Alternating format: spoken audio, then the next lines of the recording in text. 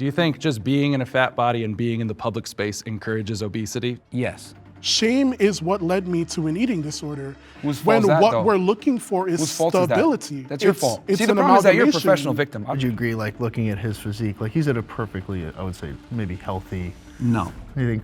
He's definitely overweight, definitely obese.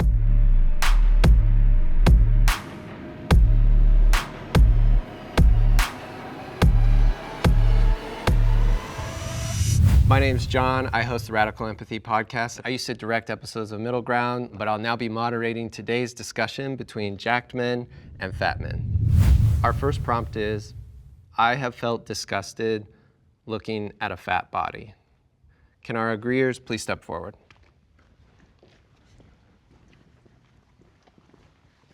Whoever feels compelled to start us off. Well, it's unacceptable to be fat. Okay. That's a great start. I mean, I know why you say that, but it's one of those things where, do you know why you're saying that? Yes, because I've been fat before and I lost the weight. Well, me too. I've been fat my whole life. I've been way skinnier than I am now, and I've been way heavier than I am now. Was I less valuable at one point in there? Well, I mean, you can make an argument that you're less valuable when you're fatter because you drain resources, but that's a whole other conversation. But yeah, I mean, in general, being fat is unacceptable because you control every single morsel of food that goes into your mouth. Okay. It shows a lack of discipline, it shows a lack of character, it shows a lack of temperance, and when you're fat, it's an outward manifestation of your inadequacies. When I see somebody who's 500 or 600 pounds, all I can think of is, why do they care so little about their health that they can do this, allow themselves to gain that much weight, knowing it's taken 20, 30, 40 years off their life? I just can't imagine not wanting to live that badly. I understand that. No, it's I've definitely felt disgusted looking at my own body and looking at other fat bodies in my life. A lot of the disgust I felt looking at people was me feeling disgusted with myself and then projecting that feeling onto other people. And I don't think anyone on either side will disagree that health is important. I know that my own mental health was way worse when I was spending every fixate of my life trying to get smaller and trying to be thinner. I don't think there's anyone that can look at somebody 500, 600, 700 pounds and not think, wow, what have they done? And not be disgusted. Like, how can you not? I just can't understand You can't nobody assume that thinking everyone that. has the same opinion, though, because unfortunately, some people have emotional stuff that happened, traumatic stuff that's happened, so you can't discount and just say, Boo-hoo, because man. they're fat. Boo-hoo, man. Like, there's way worse stuff going out in the world versus Absolutely. people saying, oh my God, I'm sad, I'm gonna eat some ice cream. It's like, no, dude, it's like, you're fat, you made that decision, you live in the best country ever. If you live in a civilized first world country where you have electricity, internet power, etc., you deserve to be bullied. It's ridiculous to me that we have all these fat people running around. Meanwhile, people are being bombed in Gaza. It's ridiculous. We are so privileged here in the United States and in the West in general. When I see a fat person, I'm like, wow, you got the gift of life. You got the gift of being in a developed country, and you're a fat POS talking about body positivity on TikTok? What the hell is going But now on you're here? segmenting, though, because not everyone thinks like that. What do you No, we call need it? to bring Blanket. shaming back. Okay. We need to bring shaming back in so many other regards besides obesity. We need to do it with sluts. We need to shame fat Jesus. people. We need to shame everybody when they fuck up. Because shame has been one of the strongest defenses against degeneracy and human fuck ups. You had a personal experience you wanted to share. You said you used to be overweight. Now you're not. Oh yeah, so I did an experiment back in like 2015 where I like bulked for like almost 2 years, and I got up to like 250 pounds, and then I dieted down. It took me about 7 months. I systematically did it, controlled my calories, tracked my macros, tracked my protein, carbs, fats, and systematically lost 1 to 2 pounds per week. So you chose to gain up to 250. Yeah, you so were I've been naturally on skinny all beforehand. spectrums. Like I'm naturally skinny. Yeah, yeah. And then I was like, all right, I'm gonna get fat as an experiment. Yeah. Did it, and then I was like, all right, now I'm gonna lose the weight. And then all I did was just track my calories, ate the same food every single day. Yeah. Went to the gym 4 or 5 times a week, and everything was controlled, and it got done. Was it monotonous? Of course. Was it No, boring? yeah, Of yeah, course. I agree with you there. I am naturally this way. This is with working out 4 or 5 times That's a week. not true. This is No, 100% you can't, true, bro. Nah, bro. No, Come to the gym with it's me. not. This It's, is me it's not working out. natural at all, because at the end of the day, if you don't lose weight, by definition, you're not in a calorie deficit. If you're not in a calorie deficit, then you're gonna either maintain or gain weight, and that's the problem is that people don't track their calories. And that's true, but people burn at their resting metabolic rate a different set of calories. Doesn't matter. Let's not get too granular right now. Ragini, it's going to be one of those episodes, right? Let's bring in the disagreeers and hear from them. Okay, so the reason I disagreed, especially when I heard the statement, I don't think I'll ever look at somebody based on their situation and think that I'm disgusted. Like, if I see somebody that's a drug addict on the street that's homeless, I'm not disgusted by that. If I see somebody that's incredibly overweight, I'm not disgusted by that. Do I think that there's an opportunity for growth? Do I think they've been put in a disadvantageous position that's probably makes it harder for them? Absolutely. I think I'm kind of an empath, so when I see somebody, I know that there's things underlying, and one of my best friends is 400 plus pounds. I've helped him lose 150, 200 pounds. He's gained it back. And I don't look at him and say, I'm disgusted, but I know how bad he wants it. And just seeing how hard he tries and then reverts, it's almost more tough for me than to be like, oh, that's disgusting, you know? And I think there's plenty of people that look at me and say, that's disgusting. I never want to look like that. So like, I know what it feels like on the other side to like look the way I do and get people look at me like, ugh, that's gross to like have that muscle. And to go back to that point, like you came from a fit place and like deciding to bulk, like that's a conscientious decision to gain weight. Like you already have those habit routines and skills in order to stay in shape. And then you use those same skills you had to pull back on the calories and knowledge you had. The reason why I use that example is that you can get fat and lose the weight if you know what you're doing and you have the knowledge and everything else like that. It's just about consistency over time. So it's like, I look at it Boom, like, let me cut you off because here's one thing that you just said. yeah. You had the tools. So there's people that don't have the tools that you've passed judgment on, and you have failed to realize that with the tools, people are very much capable of achieving amazing things. But Okay, let's talk about said no, tools. hold then. on, I'm not done. Why, you cut me off I'm before, not done. remember? And I stood over there and I listened to you and I was like, it's a ton of bullshit too. Oh, sure. But we're gonna address this, right? Yeah. You are passing judgment on people who lack the tools to do what it is that they need to do to get themselves to a certain point of health. There are multitudes of factors that weighs into what goes on with somebody's body. There are people that even if they work out, losing the weight does not come as simple as just going to the gym, cutting calories, watching everything that you eat. There are some people that have a disposition. I have a disposition. But does that mean that I'm not active? Does that mean that I'm not doing certain things? No, it doesn't. But you're passing judgment on somebody's body that you know nothing about. Now, on the flip side, what if I turned around and I did the same thing to you? You're talking about how fit and stuff that you are, but you're over there and you're small as compared to these other guys. So how shaming, does that feel fantastic. if someone Yeah. comes? No, because you said I know, shame, but right? that's a little. You said shame, right? Yeah. So Let's- how does that feel if someone comes up and they start shaming you for size? Like, come on, it goes both ways. We're just in the first So, prompt. We got to be here's the careful thing. about targeting each other too directly.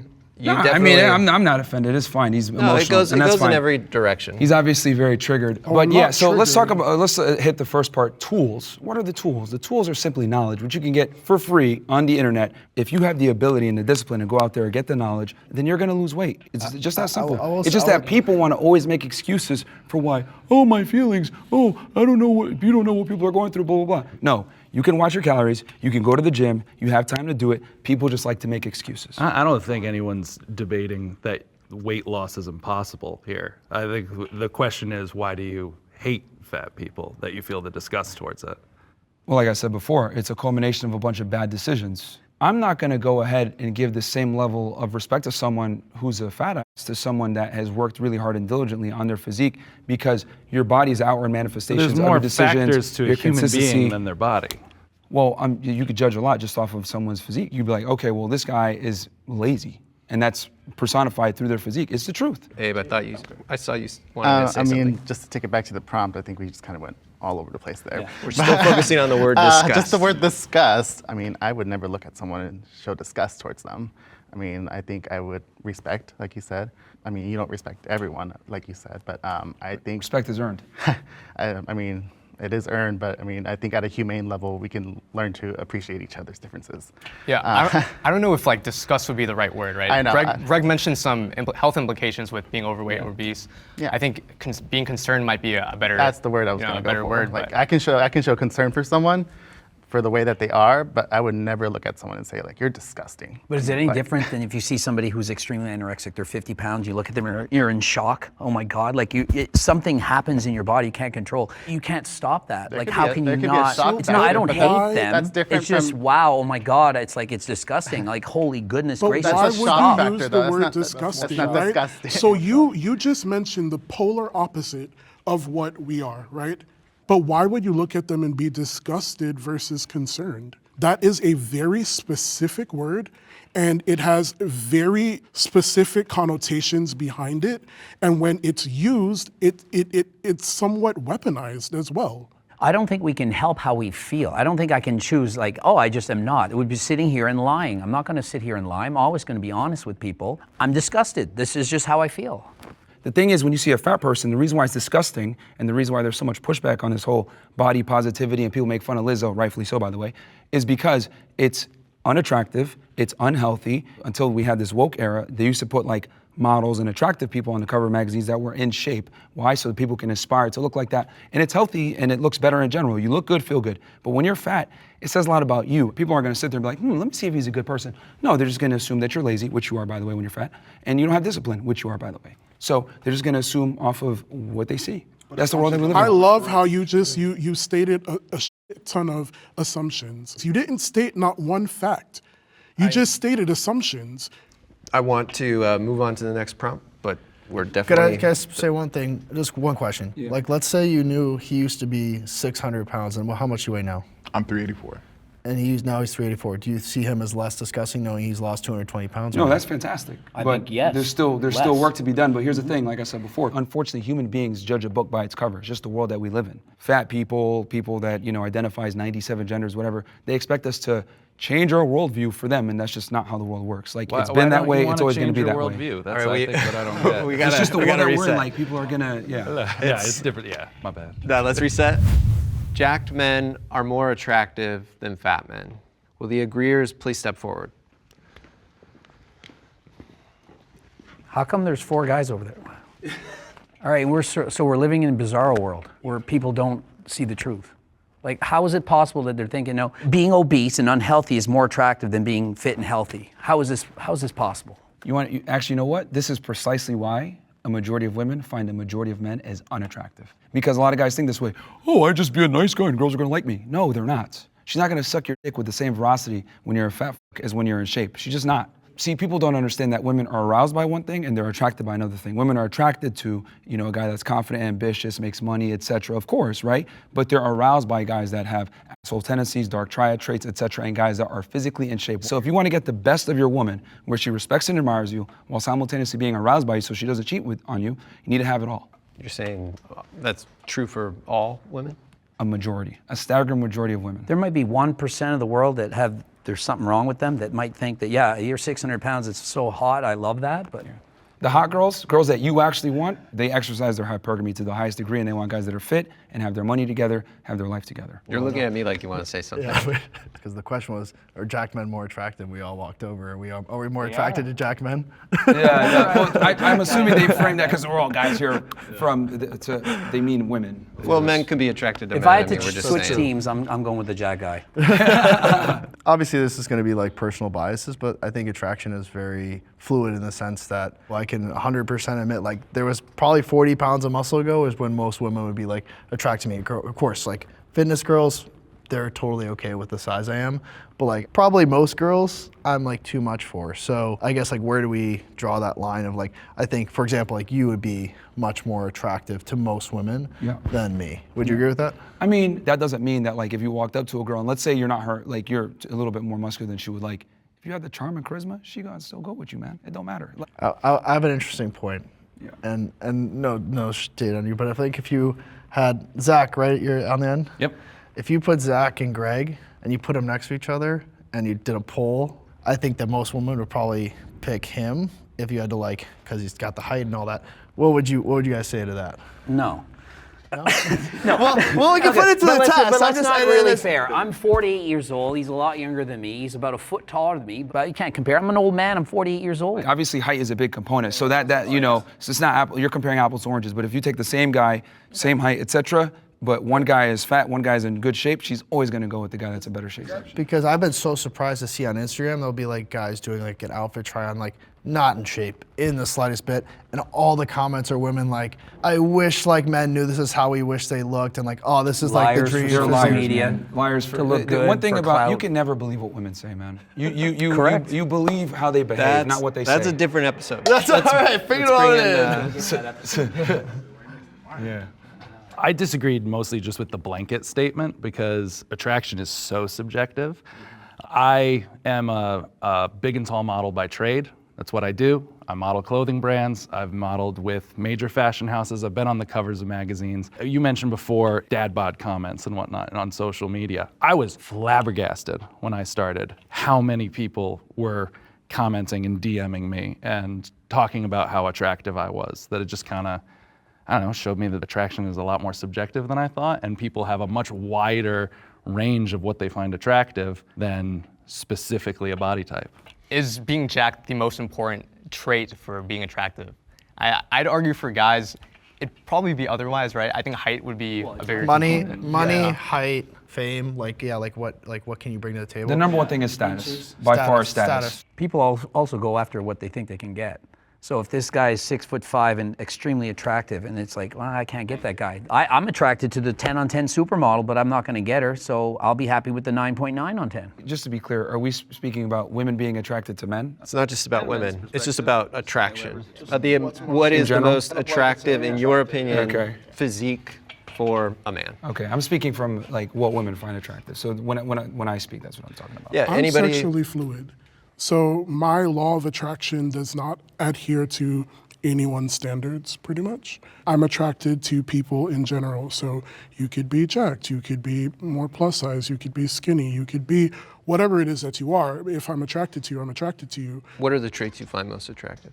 I think the way that you carry yourself is a really big thing for me. I can't date someone who lacks confidence because I feel like that seeps into other aspects of your life. Do you mind if I jump in on the confidence thing? Yeah. Okay, cool. So growing up, wasn't too confident in myself, and I gained that confidence when I started losing weight. And I noticed it was me putting myself in positions to get more opportunities with women. Right now, I'm single right now, but I'm doing okay.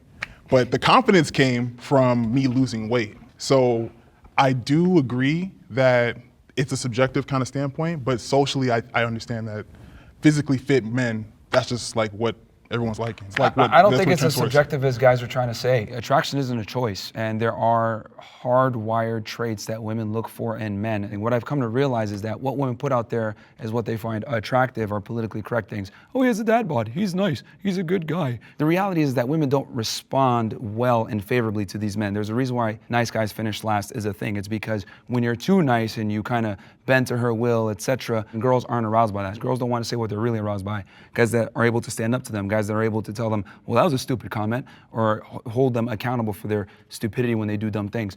This is what women find attractive because these are leadership traits. Have any of those things happened to you, though?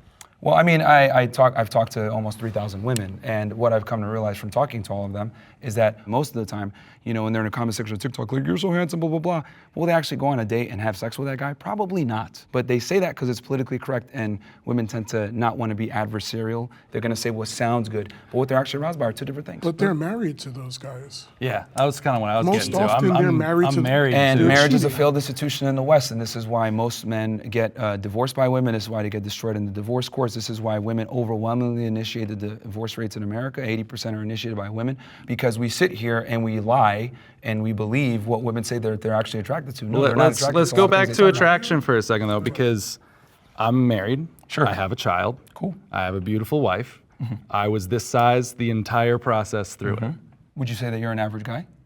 I would say that You're I'm how bigger tall? than average. 6'5", Yeah, you're not an average guy. and a model You're not an average for guy. being slightly overweight. I wasn't a model when I started But dating you are my a very wife. good-looking, I was tall, a big bartender guy fucking who's doing on whatever. magazine covers. So But out I of the think- million guys overweight, you're at But the you're not top. an average guy. But I what think I'm- what what you're I'm missing saying- is he just said that he wasn't any of those things. He's not 5'6", before man, like he me. met his I was- Try wife. being I was- 5'6" and doing No, it. I totally agree with you. Well, that's what I was gonna actually agree with Myron for a second. Believe it or not, we're talking about. You mentioned status, and then a lot of people other mentioned confidence. So you even put it in your own pecking order ahead of being jacked or being Yeah, physically status, for sure. attractive. Wouldn't you say that matters more? Confidence, how you carry yourself, how you do it? Yeah, I mean, the prompt was simply, is it either you're jacked Yeah. or And are you I'm fat? not What's going to more argue attractive? the fact that our society definitely finds jack guys more attractive. But I disagreed with the statement because it was a blanket statement that I have found untrue in my own life. Do you, all of you, feel like you'd be more or less attractive, let's say 50 pounds lighter than you are, and simply like just body fat? I think so. I think so. Yeah. Yeah. Something that I struggled with for a while is, in me losing weight, am I still going to be able to book the jobs that I book? Because I've built an entire brand off of my body. I mean, granted, like, cool as shit, like, you know, I did something that's all my own, like, I worked on that. But then I was also just like, if I lose this, are you still gonna want me to, like, do this campaign for you? Are you still gonna want me in your magazine? Are you still gonna wanna dress me? And then I had to, like, take a step back and say, like, well, what is it for me? Do I want to be skinny? No. Do I wanna look like Greg? No. Do I wanna look like Myron? No. But I know I wanna look like me. I think talking about the law of attraction, you focus so heavy about what women would find attractive and the perspective of the woman. And I feel like, are you even attracted to yourself? When you look in that mirror, when you put your clothes on, are you like, damn, like I did that? Because when I got up this morning and I threw on my outfit, I was just like, yeah, I ate that. Well, if you're going to talk about being attractive, et cetera, typically people are speaking from a romantic sense, from a heterosexual standpoint of men and women. So that's why I answered the question, because it was very broad. That's what I mean. But of course, you need to be able to look at the mirror and respect the man that you see looking back at you. When you look back and you see the guy and you're in shape, et cetera, and you feel good about yourself, look good, feel good. A byproduct of that is that women just tend to find you more attractive. It all works together in tandem. Are you happy with the way you look? Of Course, women. of course. And But I had to work to build this physique, and it took many years. I was an athlete in college, was a Division I athlete. It took many years to be able to do this. So What'd you play? I rode in college, crew. Oh, sweet. Rowing, yeah. I like rowing. So I think when fat people look at the mirror and they say, oh, I like that, that's coat, man. No, you don't. They say that to try to bring themselves up, but the reality is most of the time when you're fat, you look in the mirror, you're like, damn, I really let myself go. Not every You're fat like, you know what? person- It's not that much of a priority, so fuck it. Abe didn't get to answer the question going around. Yeah, I was in the same boat as you just because I feel like I don't agree with the blanket statement. Personally, for myself as a gay man, I find myself attractive. I would say like I go for guys like you as well, and I feel like I get a lot of hits on those types of guys, and I'm pretty content with how I navigate my attraction, and I think it goes a lot to the status and their confidence. So, like we said, so. All right, let's go to the next prompt. After 4 years, the Radical Empathy Podcast is now back. There's a new episode out now. Go give it a listen. The body positivity movement is problematic. Will the agreeers step forward?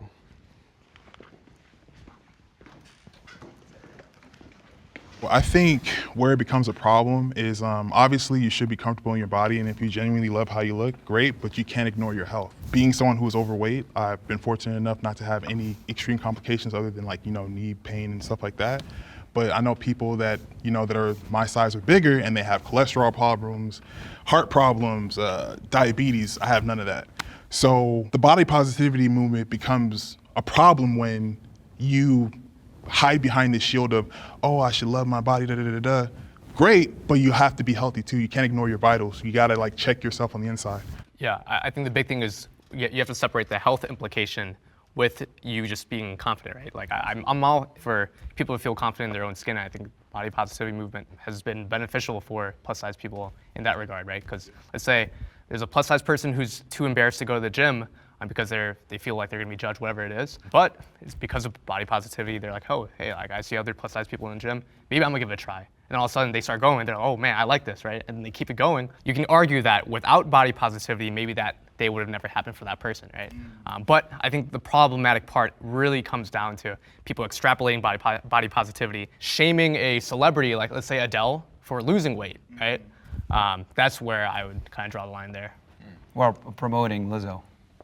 Making fun of Adele for losing weight, but promoting Lizzo for being a fat ass. Unacceptable. Do we feel, are a lot of people doing that? I think the thing around Lizzo is it's not just the weight, it's the lifestyle. You see her drinking all the time and partying and not sleeping. There's so little to do with health. It's not just she's promoting like loving yourself, which I think is great. She's promoting a lifestyle that is unhealthy, like being very overweight, drinking, not sleeping. All of these things are not conducive to your health. So I think you conflate that, and sure, being body positive is important, like loving yourself, loving the way you look. But if that's gonna influence other people to make bad decisions about their body and their health, that's problematic. Body positivity is disempowering people. It's making them think that they're healthy at any size, which they're not. And so as soon as you start telling people, hey, just love your body, like Lizzo will literally rub her belly and said, you're giving me all this power as she's eating a burger and she's promoting being obese. By doing this, you're just ruining it for people who actually should think, wait a minute, I can lose weight, I can go to the gym, I can eat less, I can do this. Personally, my problem with body positivity isn't necessarily what it stands for, and I feel like there's a misconception because there are those people that they use it to justify fatness and just, I don't even want to say fatness, I want to make it very clear, unhealthiness.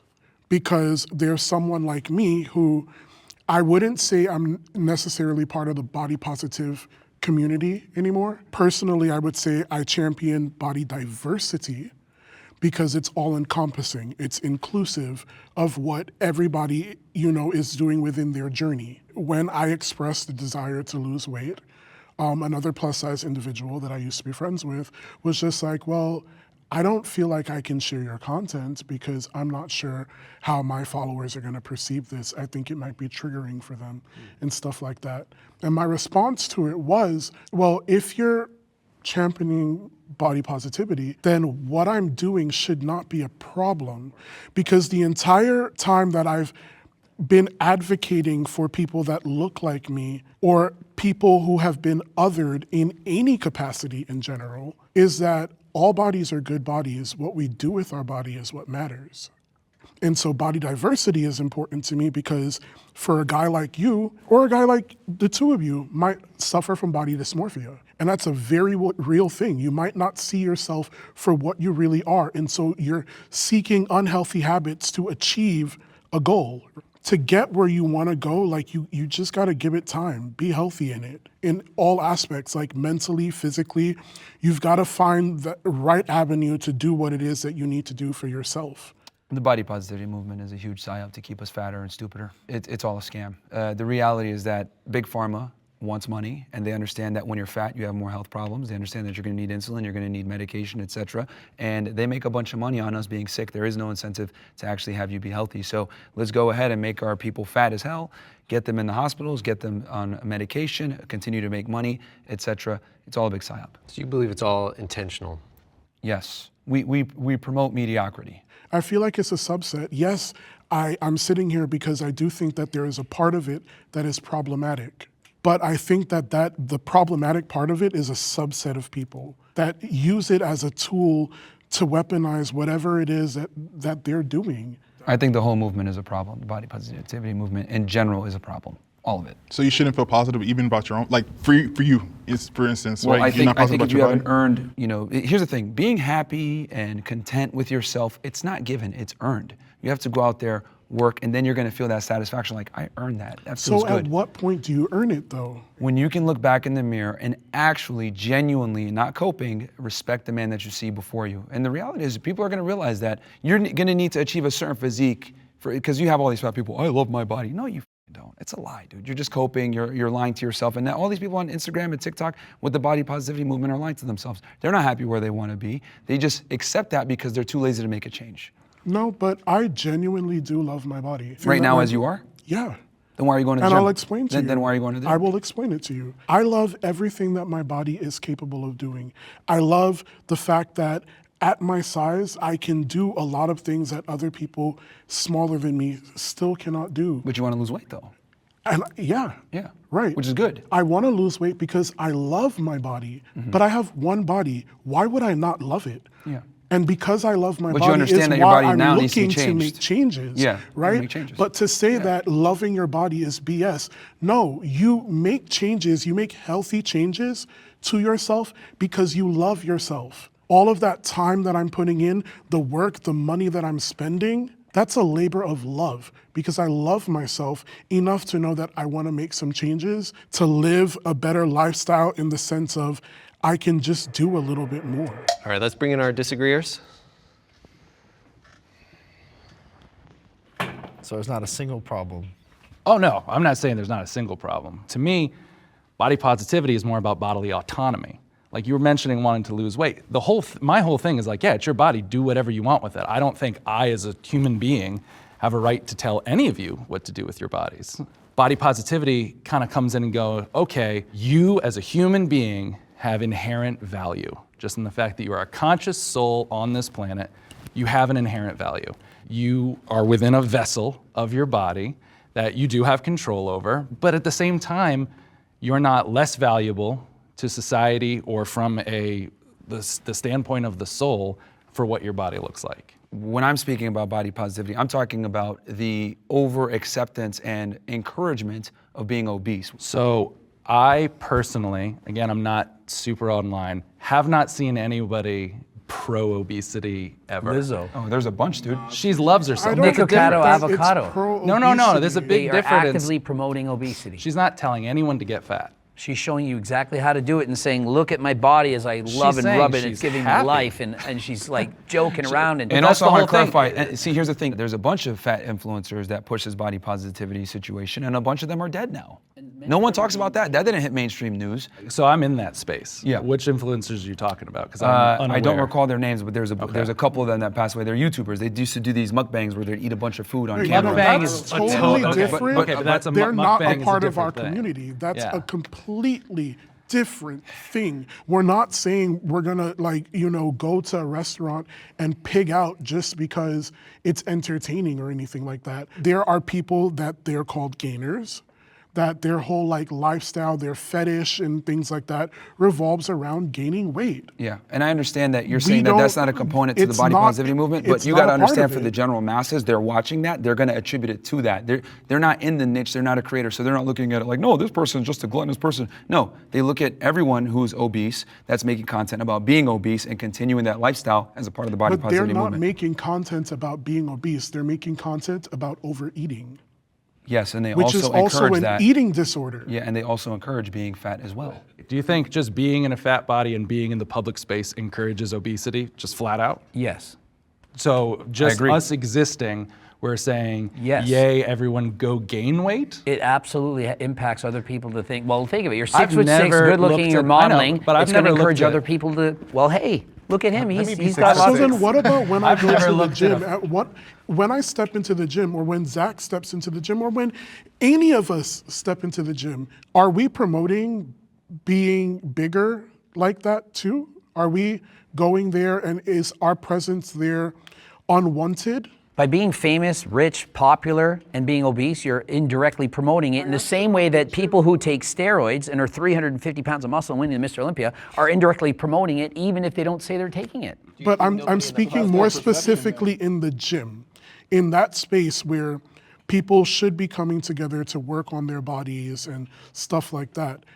If you saw us in the gym, I would be happy and proud and excited, and my whole channel is about helping people who are overweight to lose weight and have realistic expectations. I would never say you have to look like this, you need abs. It's just, let's go halfway there. That's my entire channel, of which I have over 2 million followers. It's all about realistic goals of helping people who are overweight to lose weight. That is what my channel is all about. but we're in public, and you made the statement that if we step out in public, that it would encourage people to live an unhealthy lifestyle. The more friends and you be have who are obese. overweight, the more likely you're going to be overweight. It just happens to happen. I'm just telling you the truth. I'm not going to pretend it doesn't. If 90% of the world were overweight, more people would be encouraged to be overweight. As just on this side, I don't think any of us have ever looked at a person heavier than ourselves and gone, I want to be that. That's a great thing to be. No, we have the same internalized biases as everybody else does. He was bringing up the gym before, and you said by existing just in a fat body, we are promoting it. Yes.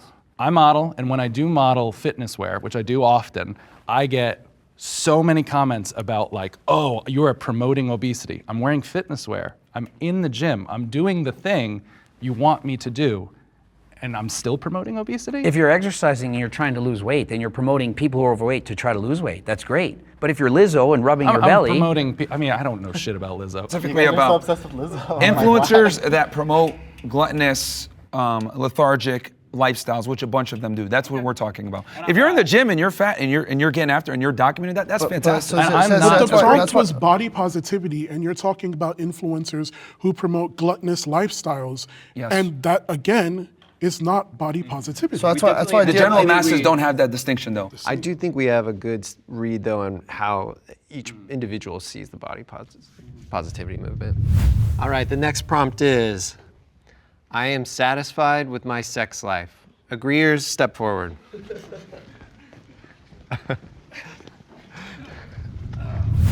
I have abused my body. Will the agreeers step forward?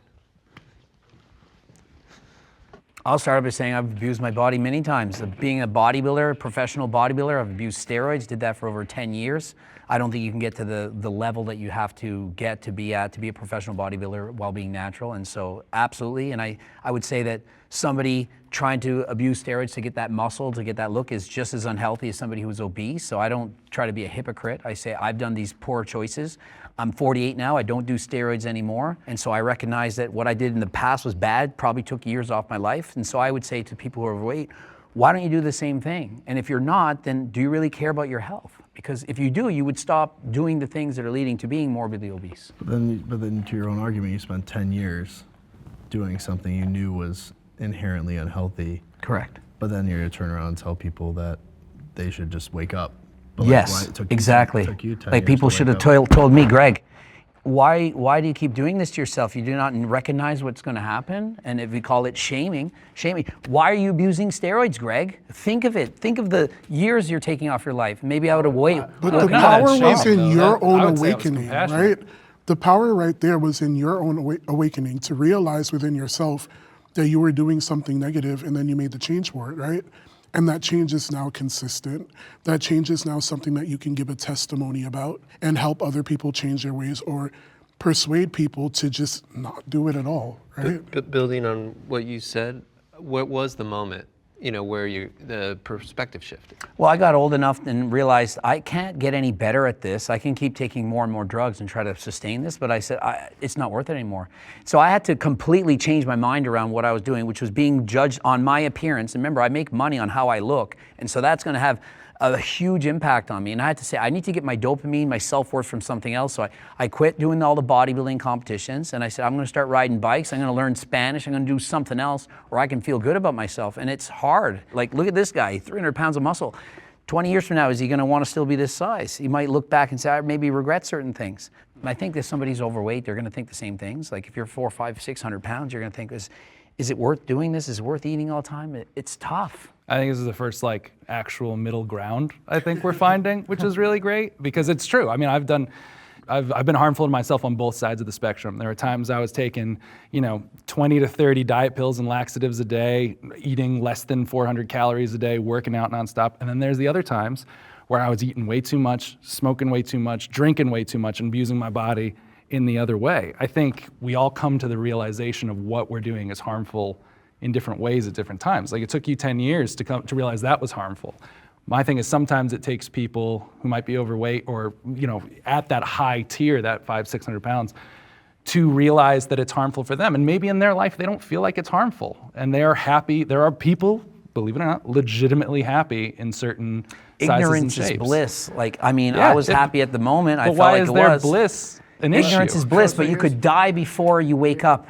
You But you could have die done the before same that thing happens. taking steroids. That's my whole exactly. I thing. could have died doing Yeah. what I did, and so is it not my responsibility to tell people don't copy me, and so would it not be somebody who's, And I don't think there's 500 anything wrong pounds with that. to do I the think- same thing? I don't think there's anything wrong with that. Even when you said before, you're like, well, I wish someone had shamed me saying, what are you going to do? You're going to kill yourself. That's not shaming to me. To me, that is compassionate and looking out for somebody.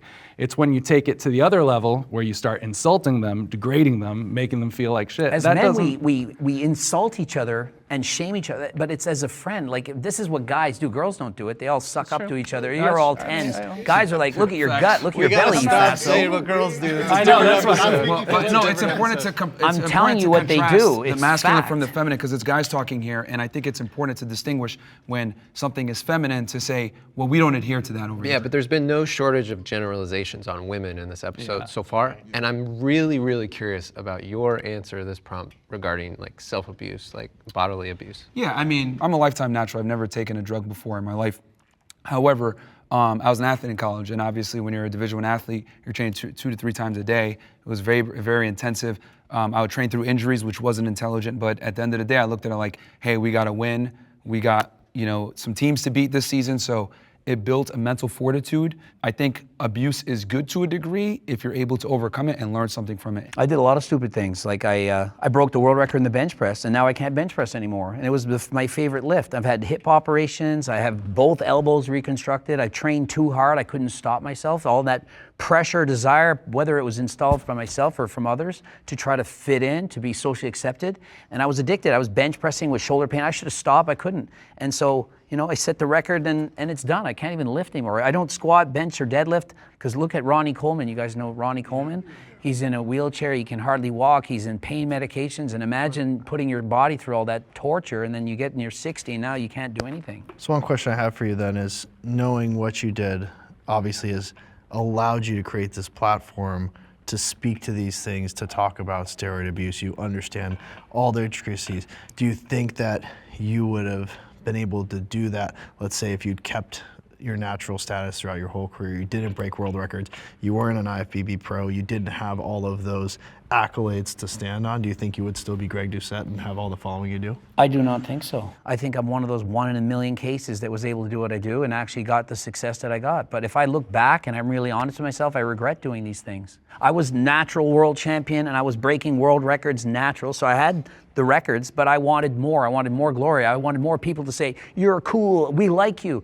And so I ended up taking steroids. I did that because I wanted to fit in. I wanted to be sponsored. I wanted a pro card. I wanted to be famous. And it worked. At what cost though? How healthy am I really? Everything it is that you're saying, right? I don't feel any ounce of like shaming you for it. I think everything that you said is really important, to acknowledge that and to know that and to then share that, right? But the difference is that like, had someone shamed you, I don't think that you'd feel the same way about it. Instead, people poured life into you and told you like, hey, I don't think that this is right. I don't think that you should really keep doing this because it's doing more harm. The opposite happened. I was rewarded. When I started getting popular on social media, I was talking about my steroid cycles. I was talking about what I've done. And they're like, look at your muscles, look at your chest. And it was like, do you know how hard it was to stop? Because I was being rewarded with dopamine, with people saying nice things about me all the time. And for me to stop, I know that my views on social media go down. If I went on a steroid cycle right now, people are gonna fall, wow, Coach Greg, you're back. We miss the old Coach Greg. And so it's hard for me to be the 48-year-old old man that's still preaching fitness when they say, we love the old Coach Greg, the jacked muscle freak. And I have to fight the urges not to use steroids every single day. Because I know I would look better, I know I would feel better, but I'm like, it's not healthy, and so I have to say no. I get It's what very you mean tough. about the dopamine reward thing, because for me, I have a similar situation, but kind of in the opposite way. Every time I start slimming down, I start getting the, what are you doing? Why are you losing weight? Because I am in that large guy space. So it's like, it's very funny how much on both sides, outward opinions just like really, really just make what we do hard. I know that when I am doing more cardio and like I'm a big hiker and biker, and sometimes in the summer I'll slim down, but then all of a sudden I'll get a ton of comments from people just being like, we liked you heavier, we liked you this. I'll have clients that'll stop using me because I've gotten too small. And so you're kind of seeking that dopamine, that approval, also that career boost. You get stuck in this loop of doing things that you know aren't good for yourself. I wanted to hear from you, just going back to the prompt, why you came forward. Oh, I mean, I think obviously professional bodybuilding has its risks. Obviously, I try to mitigate them as much as possible. I work with a company that I'm doing blood work quarterly, every 3 months. I am very, very methodical with what I do, and I'm very, very on the mild side. You would be surprised, but I've been training for 20 plus years. I think that's the key for me. I would say, like being this size, 100% not healthy. Is it unfortunate that I am very passionate about something that is bodybuilding? Yeah, it's kind of like I fell into it. I love it. It's hard for me, but I made a decision with my wife that at age 35, that's it, I'm done, like no more competitive bodybuilding.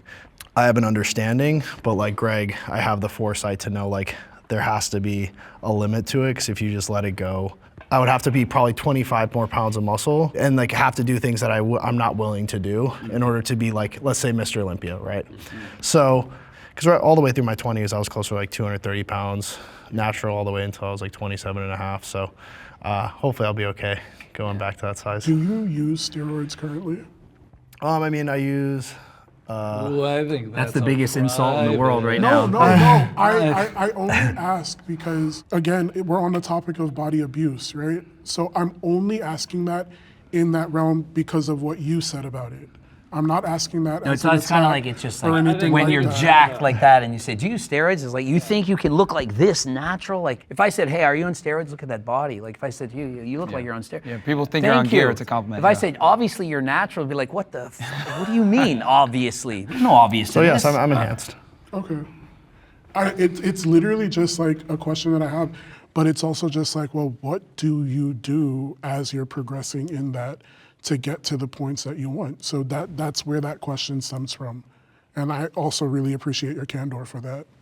Yeah, I mean, I think it's, I will 100% say like some of the best shape of my life was natural in my 20s, like very lean, probably my healthiest. Like if anybody tells you they're like an IFBB professional bodybuilder, it's almost 99% of them are in some capacity enhanced. It might be very minimally, it might be through the roof, like you wouldn't even believe what they're taking, but it's there, it's part of the sport, it's unfortunate, but like that's the problem. That's one of the problems we talked about earlier with the fitness industry is like, that's the expectation. Let's bring our disagreeer in. Hey! Good job not abusing yourself. Yeah, so I took abuse as like doing things that's negative for your health. And for me, I've always approached fitness from a health kind of lens, right? Like Myron, I'm 100% natural. I'm never gonna look like Eric, I'm never gonna look like Greg, but it's something I'm content with, right? For me, I'm kind of in for the long term. I wanna be able to do what I do when I'm 60, 70, 80, 100. Focusing more on the health aspect of it can be a good middle ground, because I feel like if you're looking from the outside in, sometimes it can be like, dude, how am I gonna look like Eric? Like, how is this ever gonna happen, right? But you know, people have different goals, I would say, within fitness, and yeah. I think it's important to also acknowledge that like there's abuse on both spectrums, right? Like you can be a fat ass on one end and say, I'm gonna just continue to eat cheeseburgers and put on TikTok. And then there's the other side where you can, use performance enhancing drugs and say, I'm gonna step on stage. But I would make the argument that the person that is training, using PEDs, et cetera, I'd respect that individual more than the fat ass. And the reason why is because though it isn't healthy to be on performance enhancing drugs, you're still pushing your body to a level that most can't, versus by just being fat, that doesn't take any skill or dedication. So What if I the had fat to, person is doing something like, maybe they're into quantum physics, maybe they're changing the way we view the world entirely. Are they not valuable because they're not shredded? well, again, we're talking about the purpose of, abusing your body. I'd have more respect for the bodybuilder is my point. Yeah, well, Okay. And I think society would in large as well, which is why bodybuilders that, like a Ronnie Coleman, et cetera, though he is disabled now, et cetera, he's a legend and he's gonna go down in history. Yeah, but I actually thought that was a good question, like what a great film director who's like very overweight and like just totally poured into their craft, like is there respect for someone like that? Well, that's great because he's able to do something exceptional, right? And he's able to diversify himself from the general masses, right? But will people know that when they meet him, that he's a famous director, unless he's very prominent? But yeah, there's exceptional people that are fat in certain regards, but we're talking about body abuse here. I'm just saying in general, I would have far more respect for the professional bodybuilder that's Than using like PEDs. Peter Jackson But then Versus there's making nothing- multiple there's nothing like Versus the fat. award-winning films. Was that- There's Lord of the nothing Rings. exceptional happening. But some guy like taking PEDs is Okay, better there's than two different that? things, sorry. No, sorry. I'm legitimately curious. Yeah. You have guy using PEDs on one side trying to do stuff, and then you do have like Peter Jackson, Lord of the Rings, Well, that's multi-Academy why I was Award very winner. explicit to say I'm talking about the fat influencers. Yeah, So like yeah, I'm okay. talking in that Fat, context. yeah. Like if Maybe you're gonna have okay, abuse of your maybe I missed body that. on two different ends, right? One extreme is a bodybuilder, the other is a fat influencer. I think me and most of society would have far more respect for the I think he's going to bodybuilder. respect I a think- hardworking billionaire. I understand that, but I also think that like if someone's abusing themselves in any way, there should be some empathy and like rather than just being like you're a better abuser to yourself than that person. Fitness culture can be toxic. Agree or step forward? Here we all are again. Hey, Let's hear from the jacked guys. 100%. I think you can perpetuate so many themes that are so unhealthy. Like there's so many images online of people that post in like the best lighting with a pump. That is the societal norm of like what's good, and it even like affects me because I'll see people and I'm like, oh, I look like garbage compared to that. I think that right now it's like there's a lot of misinformation online when it comes to like how to get fit, how to stay in shape, and a lot of people are monetizing it. These like crazy fad diets, like you can't eat certain things, carbs are bad, fruit has sugar in it, so it's gonna make you fat. So like now food is almost being weaponized, and then to be monetized so that you buy their ebook to tell you the exact secret, code in order to lose weight. So fitness is an industry, right? So people are incentivized to say whatever that is to make money.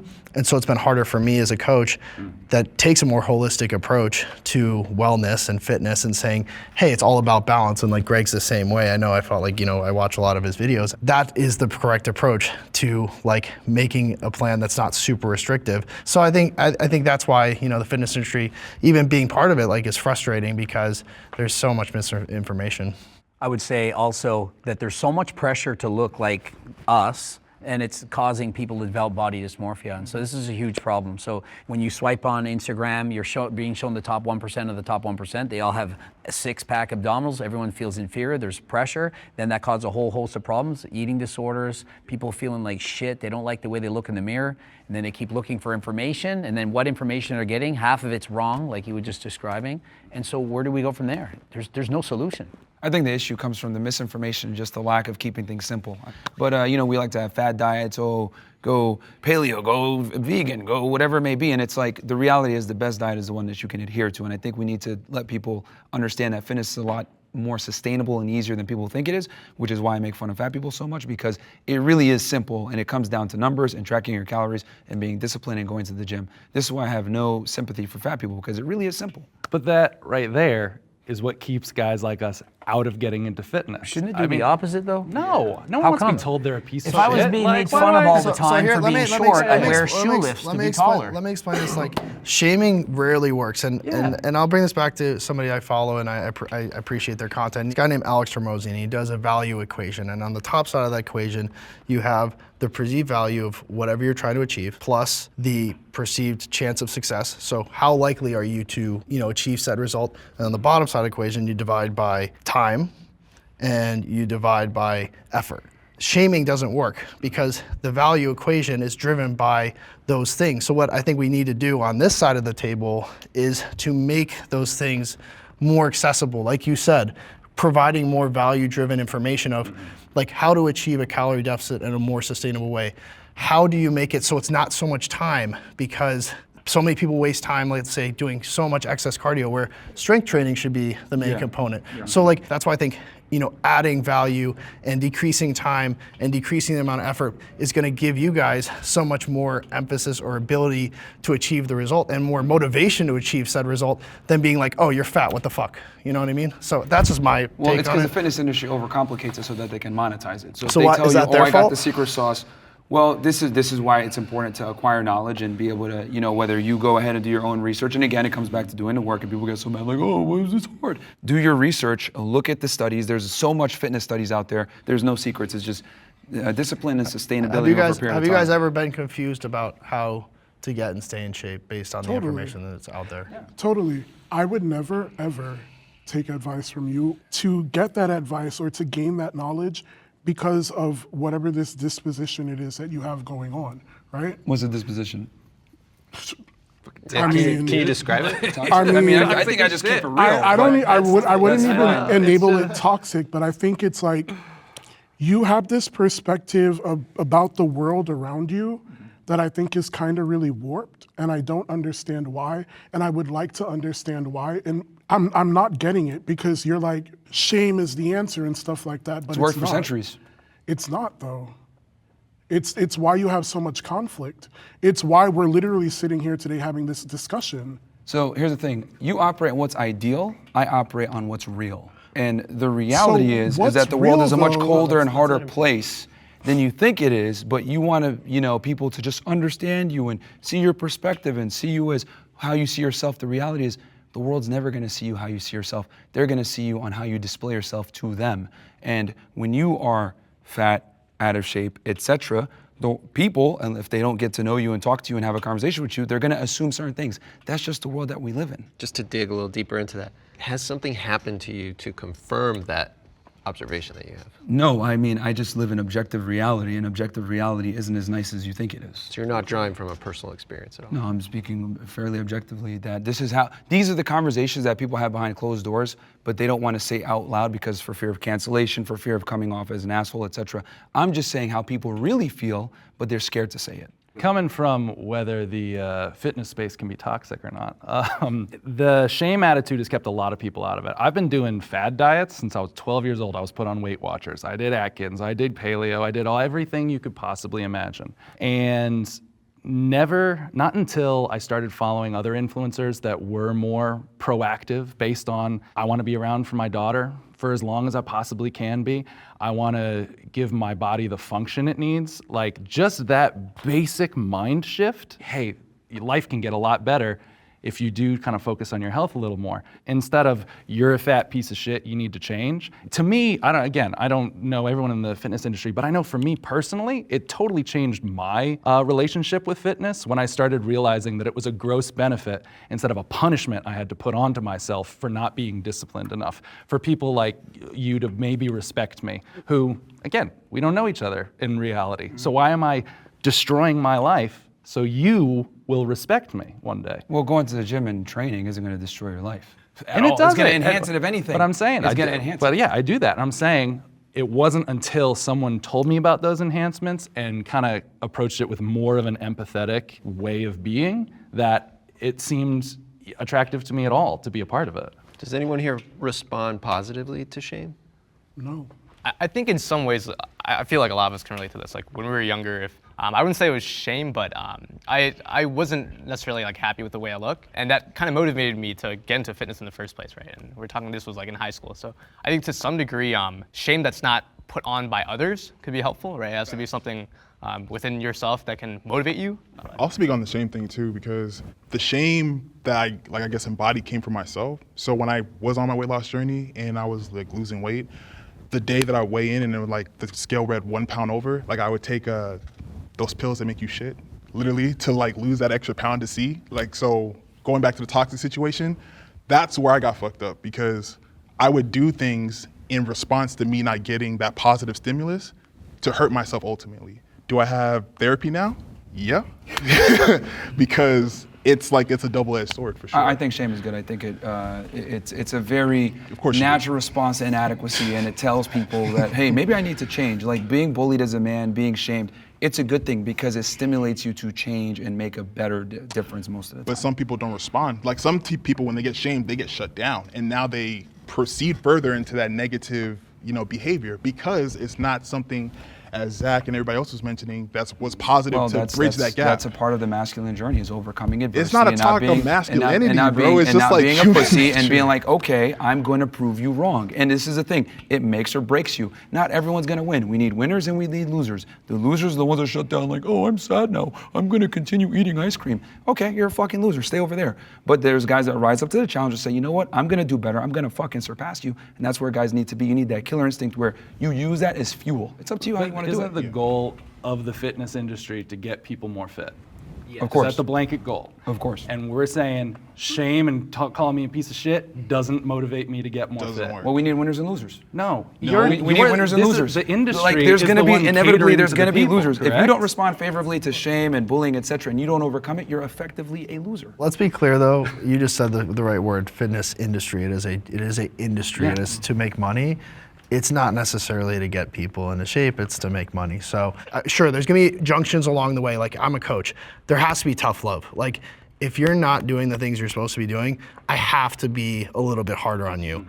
But that's not gonna start your journey, me being like, you're a fat piece of shit. Whereas like, if we get into it and we're 3 months in and you're not making progress because there's a lot of things you're not doing that we're coaching you on, then of course there's gonna be some tough love, there's gonna be some extra accountability. But I think there's a difference between accountability and tough love than just like shaming somebody into doing something, because that's not gonna create that like long-term ability to obviously achieve it on their own. But Myron would prefer, you would prefer shame. Shaming is a component to get people to be accountable. We all just want to know when shame motivated you to be better. Me personally? Yeah. I mean, I'm speaking in general here as No, far I know, as like but don't shame speak working. general. But Speak for yourself, personally. When Well, did see- shame change your life? oh well, here's the thing. I think every man growing up has been shamed to some degree, where they're like, you know what, I need to improve this. Whether they grew up No, skinny. You though. Right. Well, yeah. I mean, I was skinny, right? And then I got picked on, and I was like, okay, I'm either gonna let this define me or I'm gonna overcome.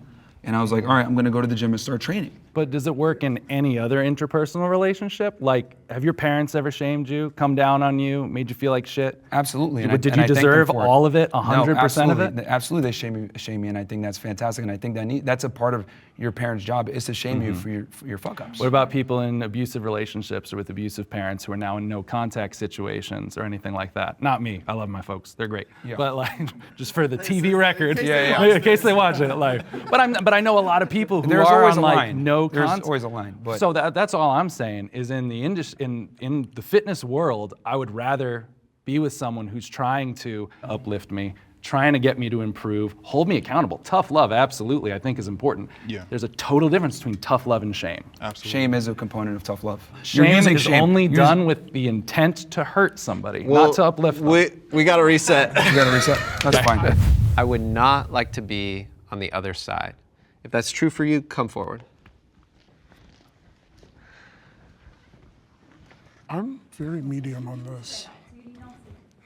When I was in high school, they do your graduation photos, and they had a saying, and my saying was, my worst nightmare would be if I gained 10 pounds of fat.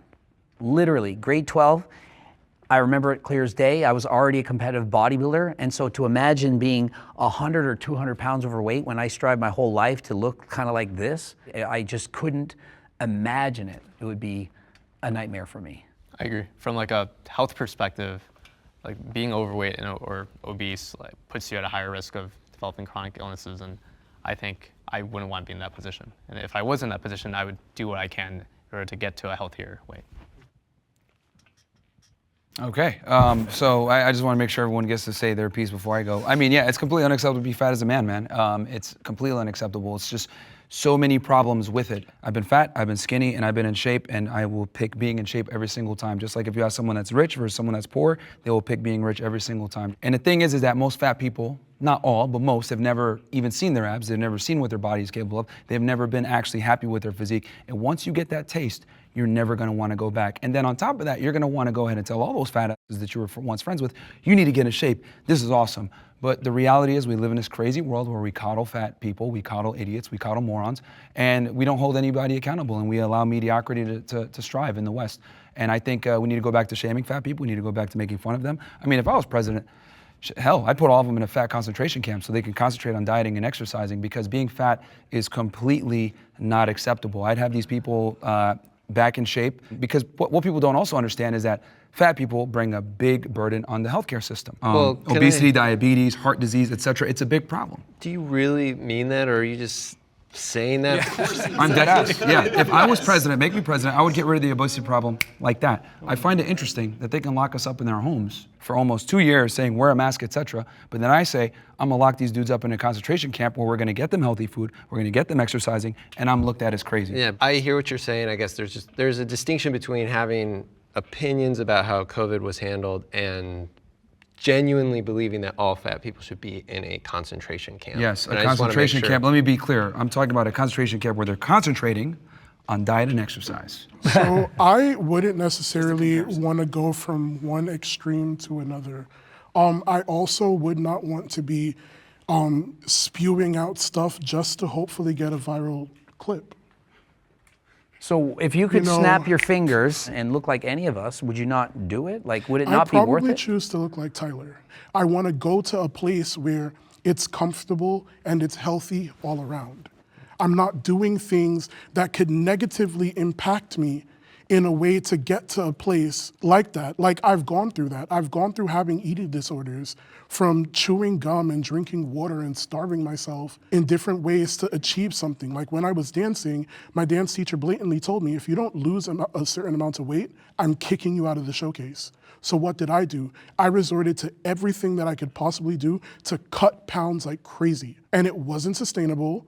It really screwed with me mentally, but I was doing it. And of course, like, in the moment, it sort of felt good, but then I fainted in class one time. And that really, really sucked. So I feel like you would switch sides if it meant doing it naturally. Like, he's obviously natural, like, he's natural. That's what I'm saying. Obviously not. I would switch sides if it meant that I could do it in a healthy way. And I mean, obviously, like I expressed it, I'm working on that. And I'm not saying that what you did was wrong. I really applaud the fact that you're saying to people like, hey, this was what my journey was, this is what it took, but I really don't advise that. Okay, so here's the thing, man. Like, excellence and comfort cannot coexist. If you want to be an anomaly and you want to be the trendsetter, you want to be the top guy, you got to be able to be comfortable being uncomfortable. As far as like weight loss, because you said I'm just saying things to get a viral clip, how would you deal with the obesity problem? Like I said, pouring life into people. How am I dealing with it? I'm sharing what it's taking me. Explain I'm what pouring sharing, life is.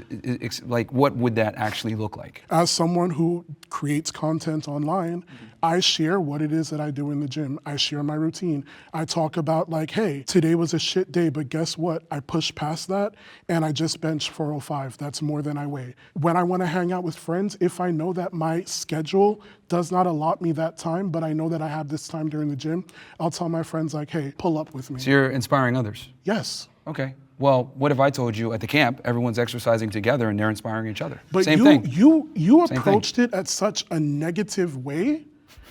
Like, you approached it from a place of shame. And like, most of us have blatantly told you that shame didn't really work. Shame is what led me to an eating disorder. Shame is what led me to unsustainable weight loss. Whose fault when is that, what though? we're looking for is Whose fault is that? stability. Whose fault is that you decided to go an unsustainable route with dieting? Whose fault is So if I was given a timeline that I needed to meet and I'm trying to figure out, without also having the tools to do so the proper way, and I'm just grasping at straws on how I do it, yeah, it's not sustainable. Yeah, so whose fault is it that they chose an unsustainable route to lose weight? That's your fault. It's See, the an problem is that you're a amalgamation. professional victim. I don't know if you've caught on to this, but you're a professional victim. You constantly blame others for your inadequacies and why you're fat. The reason why you're fat... I haven't blamed not one person for where I am. Yeah, because you're always like, oh, but it's tough and all this other stuff. The reality is this, man. Wait, you eat too much I'm and you don't trying to exercise figure out enough. where these And that's misconceptions why about me are. Again, you can say whatever you want to say. I do want to press. Like I said, I called you out on it, and I said, you're searching for a viral clip. Everyone has an excuse for why they're I think fat. that it's really sad. And they can't take accountability for why they're fat. Really sad. We got to pause. Let's bring in our disagreeers. You guys were arguing so much, I forgot the prompt. What was the prompt again? It was, I don't want to be on the other side. Oh, okay. No, of course I would. I'm a curious person. I have been in much more traditional, like aesthetically pleasing shape in my past, but I've never gotten to like your guys' standards. And of course, I'm curious about anyone's life, like what it's like to walk through their shoes. So I don't see why I wouldn't be. Yeah, I absolutely chose to, if I could, I'd switch. So when I was my lightest weight, which was 273, I wasn't anywhere near you guys, but I had muscles, I felt really good about myself. And now that I've fallen back, I literally like almost hate life because I got somewhere, got really close and it was out of reach. And now I'm falling back and I gotta fight again. So if I could, I'd absolutely would switch. What makes it hard to, like, I don't understand, like, you were 273 feeling great. How did you get back? Like, I'm curious. Curious. No, absolutely. How does that happen? So when I started my weight loss journey, I was very focused, like I can't take any outside help. Like I gotta do this on my own. I did all the research myself. So my problem was when I would hit plateaus, it hit hard because I'm like, I'm doing what I'm supposed to do, why not cutting weight? So eventually I hit enough plateaus to where like my mentality was just breaking down. Yeah, no, I mean, I agree with the prompt just saying like, I probably wouldn't go extreme like on your side of the spectrum, so that kind of stuff, but I would like to look like Tyler. Everyone wants to look like Tyler. Tyler is the ideal for me of what I want to look like, but I mean, I wouldn't be that short too, but I'm just gonna say it, the elephant in the room. Every fat person would want to be in shape. The problem is that they're not willing to do what's required to get in shape, hence why they are fat. It's abundantly clear what you think. Like we've got lie. it. We've Kudos got to it. you. It's a lie. The next prompt is, your physique is in your control. Can the agreeers please step forward?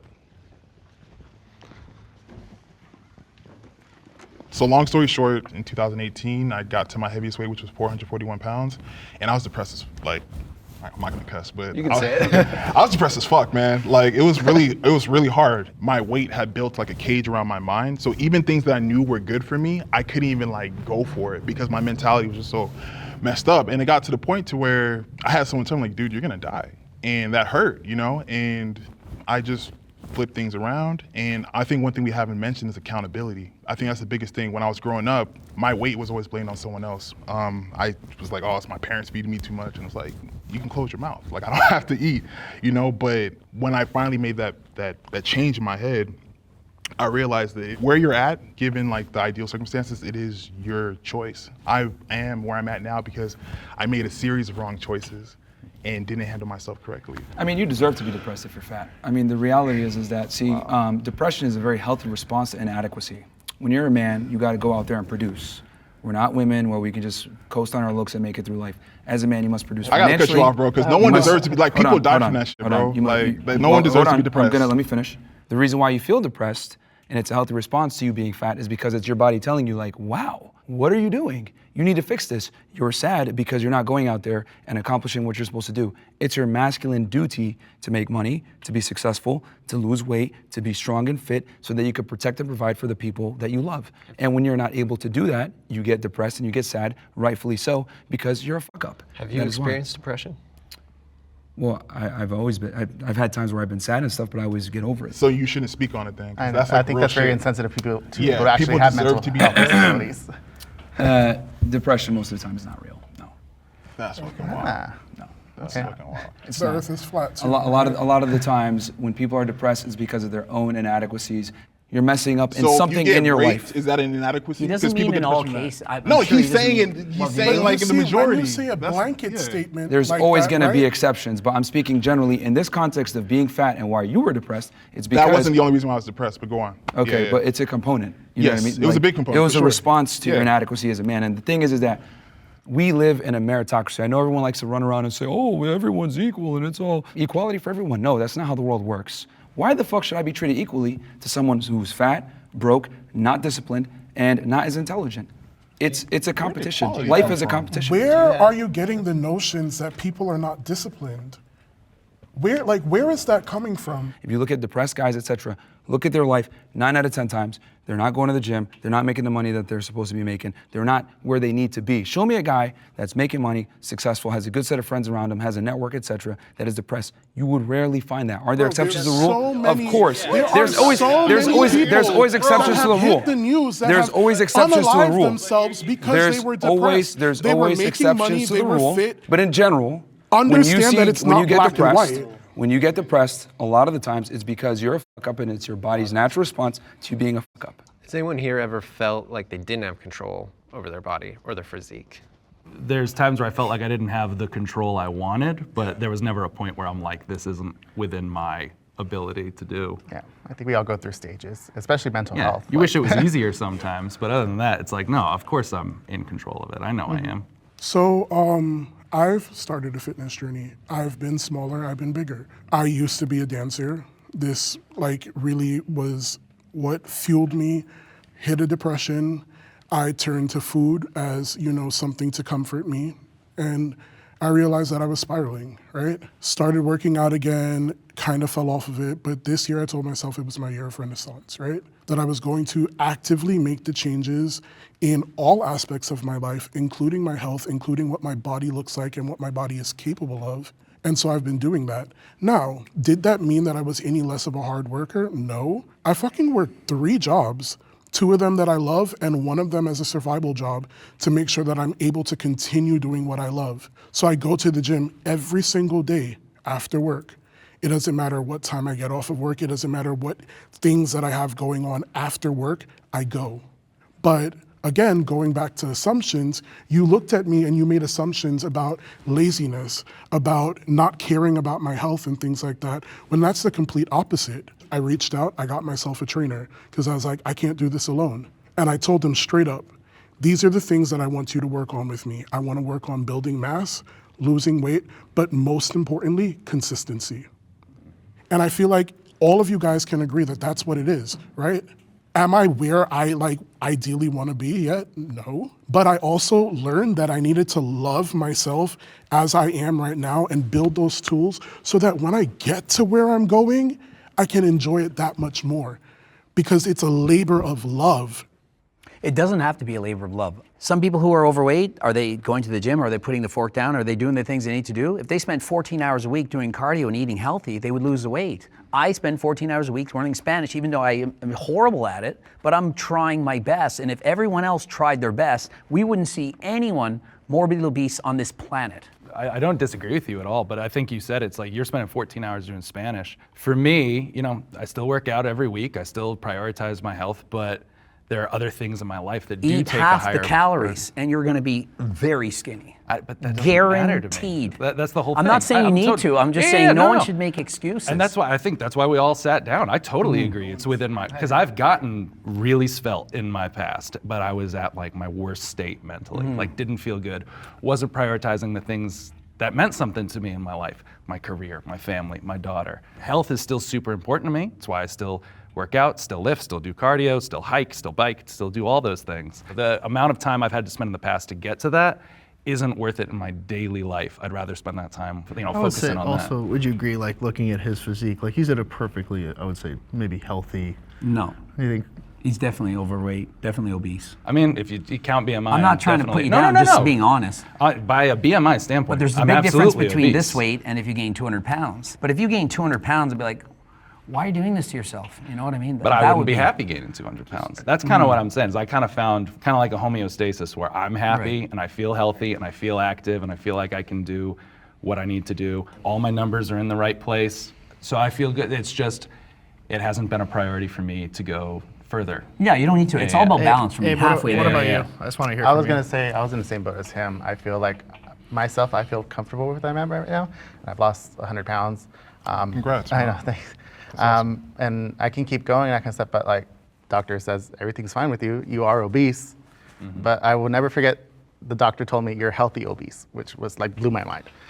Healthy for being obese. Yeah, probably. so I needed just one health condition to qualify under health insurance for a weight loss supplement for them. I didn't qualify. I had no high blood pressure, didn't have diabetes, didn't have anything else. So I was like, okay, well, I just want to lose weight because obviously as I get older, it's not going to be like that. But I mean, perfectly, I know I have the control to get where I'm at right now or where I want to be, but I'm pretty happy. So. Yeah, that's awesome. I feel like what's sustainable is different for everyone, right? I think there's a way to weave in fitness in your life in a sustainable manner that might not encompass you losing a ton of weight. I think people kind of have different stages in life where they're focusing on different things, and I think that's something I can completely respect. Yeah. At the end of the day, as long as you know that you have the agency to actually make that change, Yeah. when the time comes, when you want to do it, like I don't see anything wrong with that. I was very curious, out of show of hands, who here feels like after spending time in this space, you feel like you're closer to understanding the other side than when we stepped in the room? Yeah. A little surprised. I understand it less. Literally, like. We'll talk Just after. we run the risk of it blowing open again, but this was a super, super interesting discussion. One of the more interesting episodes I've been a part of. So thank you all. Thanks for sharing your perspective. Absolutely. I think that's a wrap, right? Yeah. Nice work, guys. I guess talk to you over there. Nice meeting you. Absolutely, man. You too. Great meeting you, brother. Have a good one. Bring it in. Really good meeting you, brother. Talking to you. It was fun. For what we could do.